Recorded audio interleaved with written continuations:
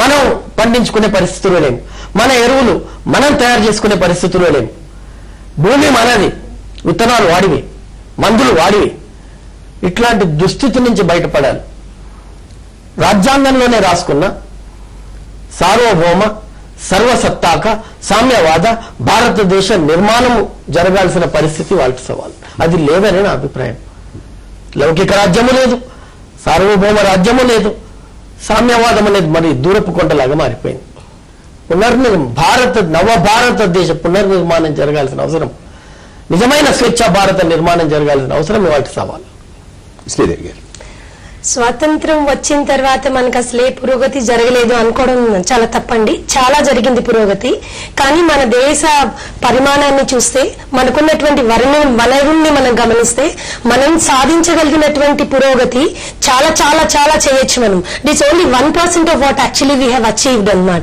మనకున్నటువంటి వనరులు అలాంటివి. కానీ మన దేశాన్ని మనం అందరం కలిసి ముందుకెళ్దామని ప్రయత్నం చేసిన నిరక్షరాస్యత, తర్వాత ఆర్థిక అసమానతలు, కులమత భేదాలు, ఇలాంటివన్నీ కూడా పట్టి పీడించి ఒక స్టెప్ ముందుకు వేస్తే 4 స్టెప్పులు వెనక్కి లాగుతా ఉంది.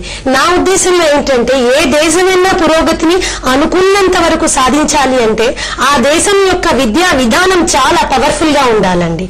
విద్యా విధానం ఎందుకు పవర్ఫుల్ గా ఉండాలంటే, మొక్క యొక్క వేళ్ళు చాలా గట్టిగా ఉంటే అది ఇచ్చే ఫలాలు చాలా మంచిగా తీపిగా ఉంటాయండి. వచ్చిన ఫలానికి చీడపీడ పట్టిన తర్వాత మందులు వేస్తే మనకు వచ్చేది ఆ మందులు మన శరీరంలోకి వెళ్ళి మనం మందులు వేసుకోవడం తప్ప ఇంకేమీ జరగదన్నమాట.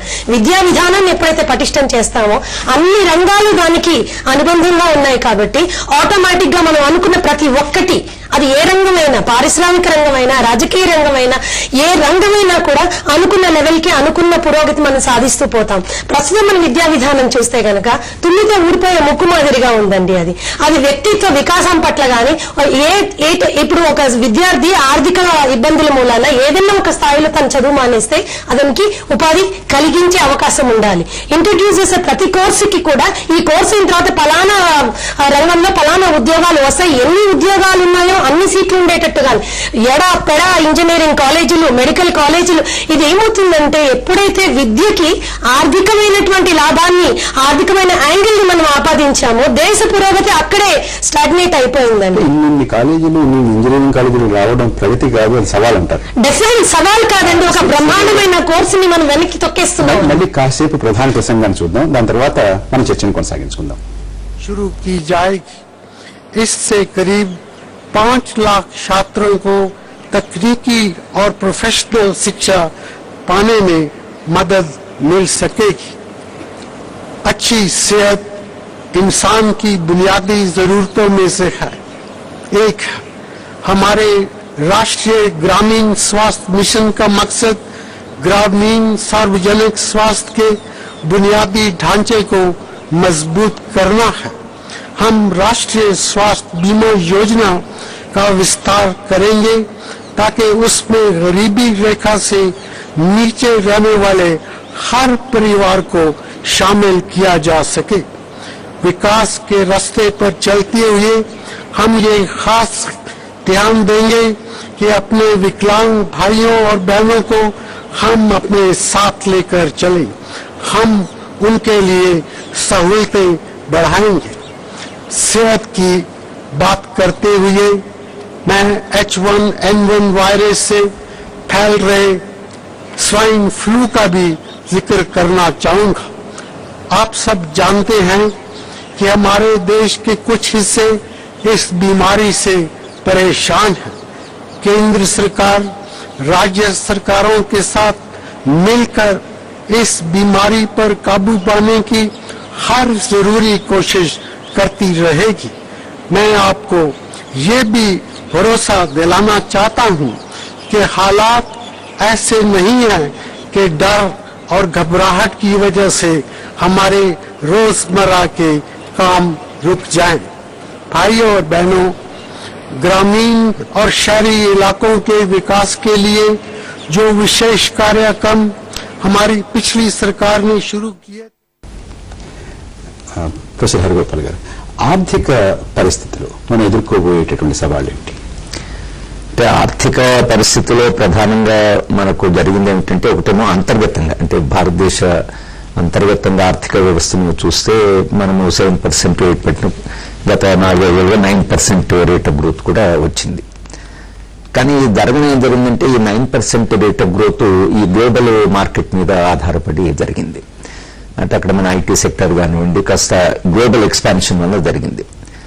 గ్లోబల్ ఎకనామిక్ రేస్ వస్తూనే మన రేట్ ఆఫ్ గ్రోత్ 9 నుంచి 6.57 ఆ మాత్రం కూడా మనం అంటే ఒక అంతర్జాతీయ మార్కెట్ మీద ఆధారపడే దేశంగా మారడం వలన మీకు వచ్చిన సవాల్ ఏంటంటే ప్రపంచంలో ఎక్కడ ఏం జరిగినా భారతదేశానికి దాని మీద ప్రభావం పడేటువంటి అంటే మనకంటూ ఈ ధరలు పెరగడము కందిపప్పు ఇలా అయింది దేని మీద మనకు కంట్రోల్ లేదు. అంటే మిల్టన్ ఫ్రెడ్మన్ ఒక మాట అన్నాడు. ఈయన ఈ ప్రపంచకరణ ప్రారంభమైన తర్వాత ఎవరో ఒక వ్యక్తిని క్లబ్లో కలిసి అమ్మ ఇదంతా ప్రపంచంలో చాలా అభివృద్ధి వస్తుంది కదా మీకేమనిపిస్తుంది అని అంటే ఆమెందట నాకు కారు మంచిది వచ్చింది, ఇల్లు చాలా బాగుంది, బ్యాంక్ బ్యాలెన్స్ ఉంది, కానీ దేని మీద కూడా నాకు కంట్రోల్ ఉన్నట్లుగా నాకు అనిపించడం లేదని. అన్ని బాగానే ఉన్నాయి కానీ నాకు దీని మీద నాకంటూ ఒక కంట్రోల్ ఉండి నేను నిర్ణయించుకోగలను అనేటువంటి ఒక విశ్వాసం నాకు కలగడం లేదని. బహుశా భారతదేశానికి అది బాగా అప్లై అవుతుంది. అభివృద్ధి జరుగుతుంది, 9% రేట్ ఆఫ్ గ్రోత్ ఉంది, కానీ విశ్వాసం లేదు సమాజంలో. అసలు మన భవిష్యత్తును మనం నిర్ణయించుకోగలం అనేటువంటి ఆ విశ్వాసాన్ని కలిగించలేదు, ఆర్థిక వ్యవస్థ అది కలిగించడం లేదు. రెండోది ఏం జరిగిందంటే అంతర్జాతీయ ప్రెషర్ వలన వాళ్ళకు మనకుండే సమస్యలు, మనకుండే వ్యవసాయ రంగం, ప్రధానంగా మీకు వ్యవసాయ రంగం తీసుకుంటే అమెరికా వ్యవసాయ రంగంలో వాళ్ళకి 3% మొత్తం వాళ్ళ జీడిపిలో, మనది 60-70% ప్రజలు ఉన్నారు అక్కడ. మీరు సర్వీస్ సెక్టార్ డ్రివెన్ ఎకానమీ నుంచి ఒక అగ్రేరియన్ ఎకానమీకి ఆ మోడల్ను తీసుకుంటే అది ఒక అంటే అభివృద్ధి చెందుతున్న దేశం మీద యూ హ్యావ్ సూపర్ ఇంపోజ్డ్ ఒక మోడల్ తెచ్చి దాని మీద రుద్దడం జరిగింది. ఈ మన వాస్తవ పరిస్థితికి వాళ్ళు పెట్టిన మోడల్కి మధ్య నిరంతరంగా వైరుధ్యం వచ్చింది. దానివల్ల మీరు ఎంత ప్రైస్ పే చేయాల్సి వచ్చిందంటే బహుశా 3-4 ఏళ్ల చరిత్రలో రైతు వాడు ఎంతనని ఇబ్బంది పడ్డాడు, కానీ వాడు భూమిని నమ్ముకొని ఒక విశ్వాసంగా తర్వాత నిజాయితీగా బ్రతికిన రైతు ఈ రోజు మొత్తంగా సత్యనారాయణ చెప్పినట్లు మార్కెట్ మీద ఆధారపడి ఇతర ధరల మీద కంట్రోల్ లేక వాళ్ళు అసలు ఏం జరుగుతుందో ఇప్పుడు వర్షాలు పడకపోతే సడన్ గా మొత్తం వ్యవసాయ రంగం అంతా సంక్షోభం, దానికి ఇంకా వేరే ఆల్టర్నేటివ్ కూడా ఏం లేదు. వర్షం పడుతుందా లేదా అనేటు పడ్డా అసలు పంటలు పండుతాయా లేదా, పండినా పంటకు ధర వస్తుందా లేదా అని మొత్తంగా జాతీయ ఆదాయంలో స్వాతంత్రం వచ్చినప్పుడు దాదాపు 60% జీడిపిలో అంటే మొత్తం 100 రూపాయల ఆదాయంలో 60% వచ్చిన వ్యవసాయ రంగానికి ఇప్పుడు 18%. ఈ 18% మీద 60 కోట్ల మంది బ్రతుకుతున్నారు.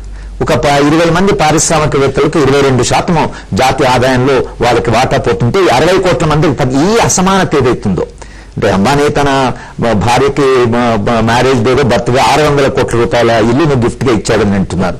పెళ్లిళ్ళు విమానాల్లో చేస్తున్నారు. తర్వాత ఒక్క పెళ్లి మన హైదరాబాద్ లో చూసినా కూడా ఆ కన్జంప్షన్ అయితే దేశము ఇంకా ఇక్కడ ఆకలితో ఉన్న వాళ్ళు వీళ్ళందరూ కాస్త గౌరవంగా బ్రతకాలి. అప్పుడు కానీ మనం ఈ కన్జంప్షన్ లెవెల్ ఇక్కడికి వెళ్ళాలి. ఈ సంపద వాళ్ళు సంపద సృష్టించడంలో వాళ్ళ భాగస్వామి ఉండొచ్చు, కానీ ఈ సంపద దేశానికి చెందాలి కొంత అనేటువంటి ఒక జ్ఞానం కానీ ఆ స్పృహ కానీ సంపన్నులకు లేకపోతే ఆ కింద అట్టడుగున ఉండేటువంటి వాడు ఆకలితో ఉండడము దేశ సంపద పెరిగింది 9% రేట్ ఆఫ్ గ్రోత్ వచ్చిందని మనం అనుకునే భుజాలు అనుకొని మనం మెచ్చుకోవాల్సిందే. కానీ మనిషి ఆకలితో ఉన్నాడు కదా మీరు మానవాభివృద్ధి క్రమంలో ఎక్కడున్నాం మనము అది 128 దేశం కింద ఉన్నామని చెప్తున్నారు. మరి మీకు ఇంత అభివృద్ధి ఉంది, ఆర్థికంగా దేశం పటిష్టం అవుతుందని ఇప్పుడు ప్రధానమంత్రి చెప్తున్నాడు. ఇంకా పటిష్టం చేయడం అంటే ఏంటి, మనిషి పటిష్టం ఉండాలి కదా. ఇప్పుడు ఆర్థిక వ్యవస్థలో ఇంత సంపద ఉంది, 70 లక్షల కోట్ల జాతీయ ఆదాయం ఉందని ఒక అంచనా వేస్తున్నారు. 70 లక్షల కోట్ల ఆదాయం ఉన్న దేశంలో ఆకలి ఉండకూడదు కదా, తర్వాత నాకు పని దొరుకుతుందా లేదని అనిశ్చితత ఉండకూడదు కదా, చదువుకున్న పిల్లడు ఉద్యోగం పోతుందా ఊరుతుందా అని ఆ పరిస్థితి. ఆర్థిక వ్యవస్థ అంటే ఆ విశ్వాసాన్ని మనుషులకు కనిపించి నేను జీవితాన్ని సాఫీగా సాగించగలను, నాకు జీవితంలో ఒక సెక్యూరిటీ భద్రత ఉంది, కుటుంబాన్ని నడపడానికి కావాల్సిన ఆదాయం మా అందరికి వస్తుంది అనేటువంటి దిశగా ఆర్థిక వ్యవస్థ పోకపోతే ఆ ఆర్థిక అభివృద్ధికి అర్థం ఏమిటన్నట్టు. అంటే మనిషి ప్రమాణంగా లేకుండా కేవలం మీరు ఇంత అభివృద్ధి వచ్చిందని అభివృద్ధి సూచికలో మీరు దేశం అభివృద్ధి చెంది అనొచ్చు, కానీ మనిషి అభివృద్ధిలో మనం ఏది సాధించాలి ఆర్థిక వ్యవస్థ నిర్మాణమే.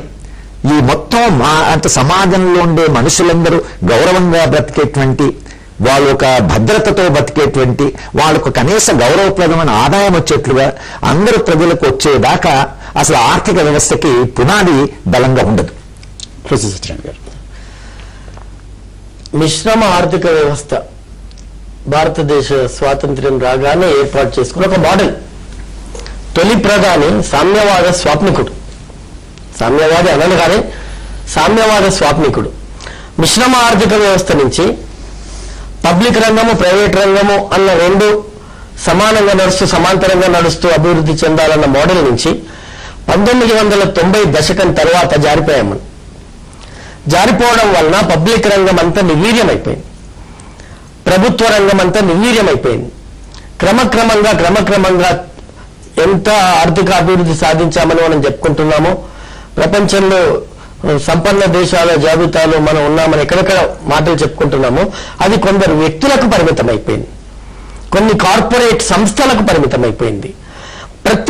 ప్రతి ఆ అభివృద్ధి ఫలితము కొందరు వ్యక్తులకు, కొన్ని కుటుంబాలకు, కొన్ని కార్పొరేట్ సంస్థలకు దక్కే ఒక దుస్థితి, ఒక విషాదకరమైన పరిణామం రావడం వలన బాల్యానికి శిక్షణ లేని సమాజంలో, యవ్వనానికి క్రమశిక్షణ లేని వ్యవస్థలో, వృద్ధాప్యానికి రక్షణ లేని దేశంలో బతుకుతున్నాము. ఇది వాటి విషాదం.